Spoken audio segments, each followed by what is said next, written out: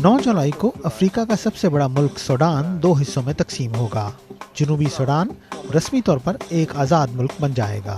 जनूबी Sudan Africa के सबसे बड़े ममालिक में से एक होगा। ये अपने हमसाया ममालिक कीनिया, युगांडा और रवांडा के मजमूई रकबे से बड़ा होगा। सन 2005 में होने वाले अमन मुआहदे की वजह से जनूबी सूडान और शुमाली सूडान के दरमियान 2 दहाइयों से जारी जंग खत्म हो गई। इस मुआहदे के तहत जनूब में रहने वालों को ये मौका दिया गया कि वो खुद फैसला करें कि वो आज़ादी चाहते हैं कि नहीं।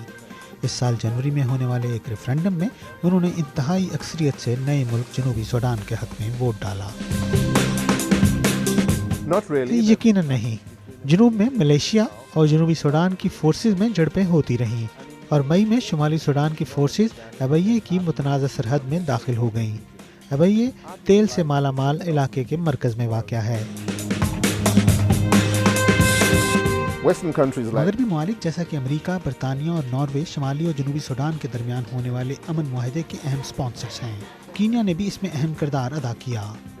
जनूबी सूडान और उसके हमसाया ममालिक कीनिया और युगांडा के गहरे सकाफती और कारोबारी ताल्लुकात हैं और हाल ही में अक़वाम मुत्तहिदा ने अबैये में इथियोपिया के हज़ारों अमन फ़ौजी भेजने का इख्तियार दिया था।